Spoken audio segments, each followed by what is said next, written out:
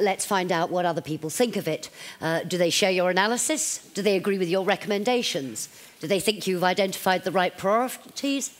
And is it all achievable? We are delighted and honoured to have with us to discuss this now, and I'd like to invite them to join me on stage. Mario Monti, President of Bocconi University, who needs very little introduction to a Brussels audience as a former internal market. Mr. Monti, welcome. As I say, not only a former internal market and competition commissioner, but now the man with the unenviable task handed to him by President Barroso of preparing a report and some recommendations on a relaunch of the single market. Work I gather you are due to finish by the end of April or so.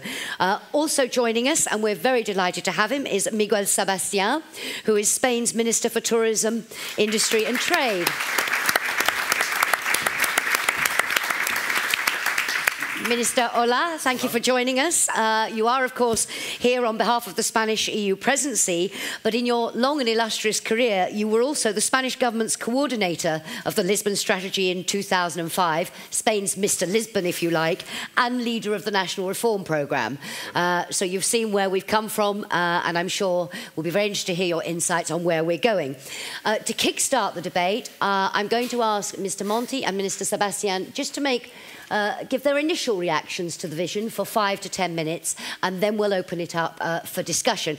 Mr. Monti, can I ask you, in your opening remarks, could you particularly pick up on the point Leif also made at the beginning about what he called integration fatigue in the single market? You're tasked with relaunching it. Do you think there is integration fatigue? And if so, how can it be overcome? If you could pick up on that as well as your general comments on the report. With pleasure.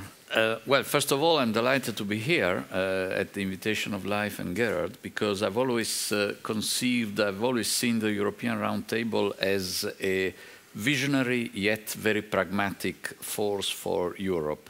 And I've always used the European Roundtable when I was in office in Brussels as a powerful ally in the construction of European integration. And I remember in particular two crucial occasions when I turned to the ERT to nourish our thinking on how to modernize competition policy, a rather powerful instrument of the EU, and also in a rather dramatic situation when, during the Convention on the Future of Europe, some member states, in a not-so-hidden way, had the intention of stripping the European Commission of certain powers to enforce the rules and competition policy, etc.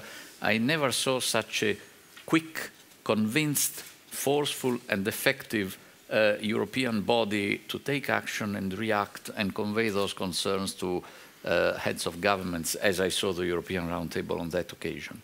And now, in my modest temporary job that you kindly mentioned, indeed I have called again on the European Roundtable, and we are in a very constructive dialogue on the single market. Yes, I agree with Gerard when he mentioned several times the need to complete the single market. And I think that there is more than the completion of the single market at stake, precisely for the reason that Leif mentioned, that is integration fatigue. And I come to your point. It's integration fatigue. It's not only market incompleteness.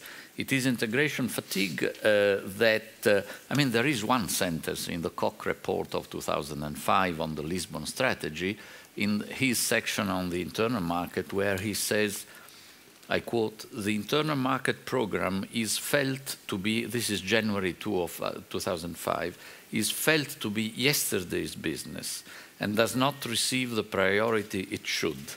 This is a fatal policy error." Now, in spite of the strong determination and effective action by the Commission since, the reluctance, the fatigue, has increased before the crisis. Think of the tortuous path of the Takeover Directive or the Services Directive with the crisis. And I'm afraid following the crisis, because the prestige of the market economy model has certainly not been increased. And so everything which refers to the deepening of the market has to be handled with new determination, but maybe also with a new angle of attack.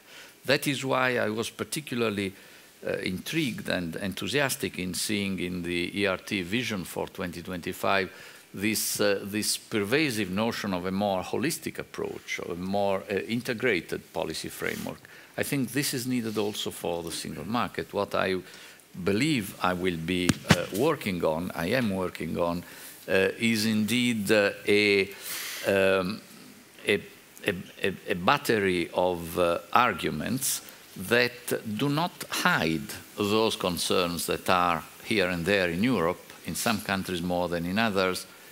Do citizens receive the benefits from the single market? Isn't the single market socially unfriendly?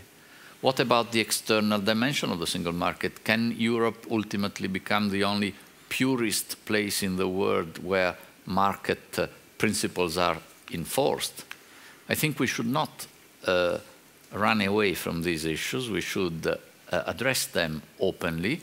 I think there are very, very convincing answers in pedagogical terms, but I also believe that here and there some policy corrections may be needed. And I think I will work with the help of stakeholders, including the ERT, on two broad set of initiatives. Initiatives to relaunch the single market, enforcement, implementation. I know the Spanish presidency is very keen on all this, and also the digital single market, which is very much highlighted in ERT's paper, the services, etc. But also in parallel, let's face it, initiatives to make a relaunch of the single market accepted politically and not just lip service and a long list of measures that it would be nice to see in place. And here we may have to consider openly aspects of the external dimension of social policies, of industrial policies that could be integrated in a Europe that continues to rely very much on the market as its driving force. Perhaps if I have two last notes to quickly strike. One, which I like in the ERT approach and came out also in the oral presentations, to speak with a single voice in external economic policies, but I think this would have to be mirrored by not speaking with a single voice domestically, but at least avoiding the rather repugnant cacophony of different voices through which a cynical game has been going on for too long, where, with due exceptions, politicians from the member states often call themselves out of responsibilities for decisions they have jointly taken in Brussels and simply blame the EU for many problems. And I would end by saying that in some quarters in recent years, there has been a widespread doubt, question. After all, does the business community in Europe still really care about the single market? And some people have said, well, maybe they care less because they've become so global. Maybe they care less or they fight less for it because they are a bit disillusioned. I think, dear Life, dear Gerard, dear business community as a whole, I will do my best to provide you with a good opportunity to give a further demonstration of how much you are ready to fight conceptually and in terms of influencing the public opinion and the political process to have really a deep, renewed relaunch of the single market, which is more than that, which is really the integration of Europe and the pillar of our future progress. Thank you very much indeed, Mr. Monti.